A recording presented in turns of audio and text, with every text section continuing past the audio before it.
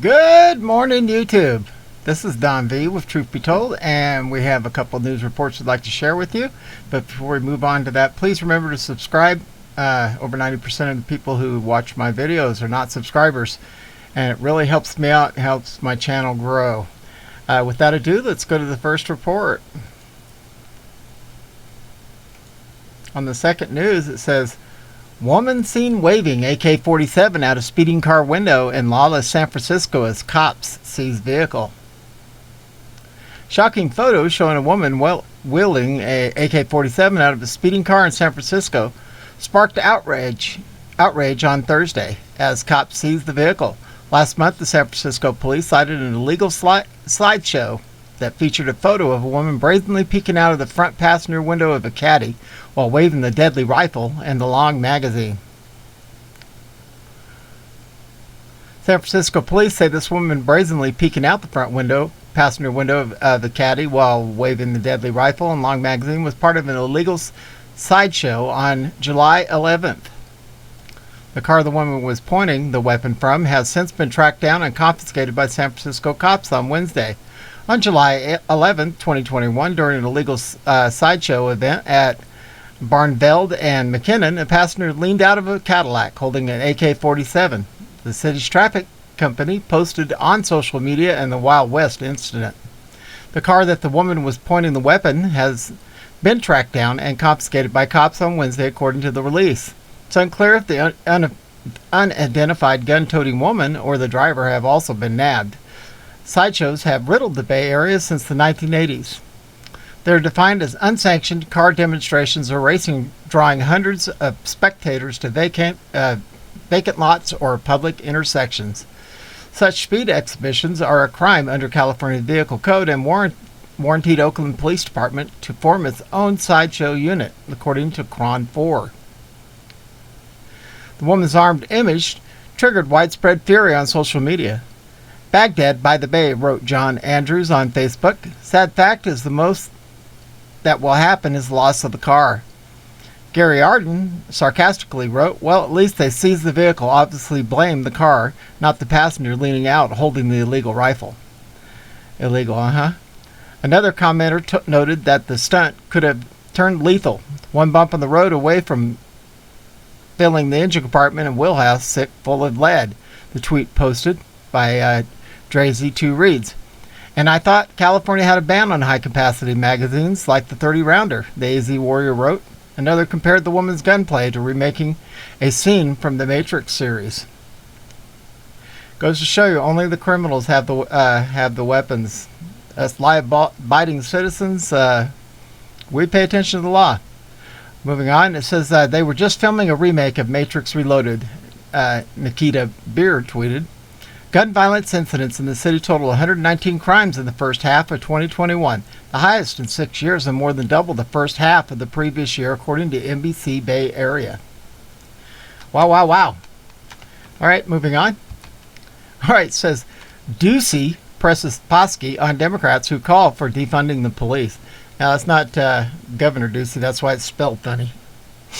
Fox News White House correspondent Peter Doocy pressed White House Press Secretary Jen Psaki on how Democrats can say they aren't the party of defunding the police when Democratic Missouri Rep. Cori Bush advocated for the policy recently.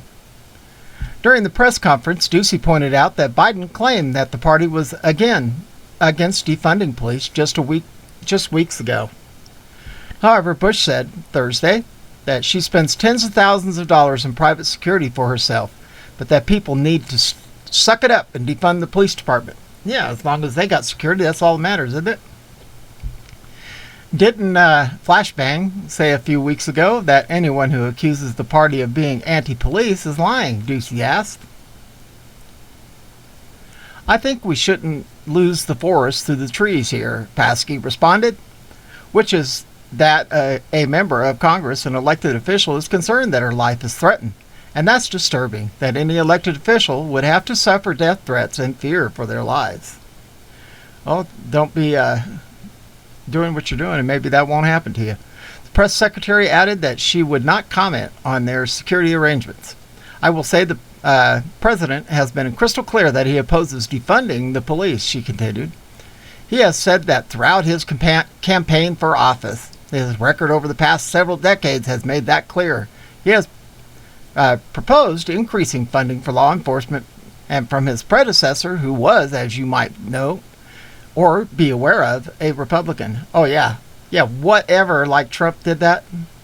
Psaki said that some of the Democrat Party may support defunding the police, but it's not a popular position within the party as a whole. There may be some in the Democrat Party, including Congresswoman Bush, who disagree with him. That's okay, she said. But I would say the majority of Democrats, we've seen this in polling. And the majority of members also agree that we should not defund the police. Yeah, this week. Next week, they'll be calling for it again. Next report, it says exclusive. Despite Facebook bias, Breitbart News destroys establishment media on platform. Despite the presence of a range of leftist fact-checkers with the power to suppress posts on the platform and open censorship of conservative news stories by Facebook, Breitbart News is demolishing its establishment foes on Facebook. Facebook has an established track record of censoring conservative media. It's censored the New York Post twice. Yeah, like they're conservative. First for the Hunter Biden laptop story, and then for a negative story about Black Lives Matter co-founder. It censored Tucker Carlson's page, reducing the Fox News host's reach on the platform a little more than a month before the 2020 election. It censored the Wall Street Journal over an opt-in on coronavirus. Interesting how they're naming all these liberal page news sources, aren't they? Including Fox. And it censored Breitbart News for a live video of press conference. Despite this demonstrable bias over the last 3 months, the official Breitbart News page on Facebook generated nearly 40 million interactions, more than the New York Times, Washington Post, the LA Times, and the Huffington Post combined. And this gives a graph here. Breitbart News interaction rate of 39.9 million towers over far left competitors like Vox, which totaled fewer than 1 million in the same period. The rankings of some third-party analytics services, like Newswhip, sometimes give Breitbart News a lower ranking than the above, due to the fact that it does not include native videos and photos in its calculations, an area where Breitbart outperforms its competitors.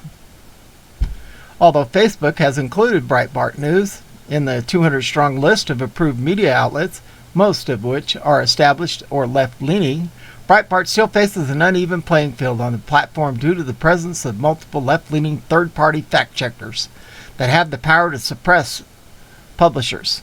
These fact-checkers include direct competitors of Breitbart News like USA Today, which suppressed a Breitbart News post on Facebook, owned Instagram in June 2020. These fact-checkers often decline to target posts from Breitbart competitors. For example, when Huffington Post published disinformation about President 45 profiting from a drug company's coronavirus treatment, it was not even fact-checked at all, not even with an additional context fact-check, the least severe kind. Despite this advantage, Huffington Post engagement fails to come anywhere near Breitbart. Far-left media is failing on Facebook despite the advantage of biased fact-checkers. Even Facebook VP Nick Clegg admits the fact-checkers pursue their own political agenda. As to how much worse the establishment left-wing media would be faring on Facebook if so many prominent conservatives had not been banned from the platforms, we can only guess. Yeah. I can't tell you how many times I've read a report on a regular news source that was all over the internet, and I was told I was spreading disinformation and got a strike on this platform. And people wonder why I have to put the good stuff on Rumble. At any rate, this is Don V with Truth Be Told, broadcasting under sunny skies. Look like we might be 90 today. A little warmer than I like, but thank God for swamp coolers and air conditioning. At any rate, hope everybody has a fantastic weekend, and we are out of here.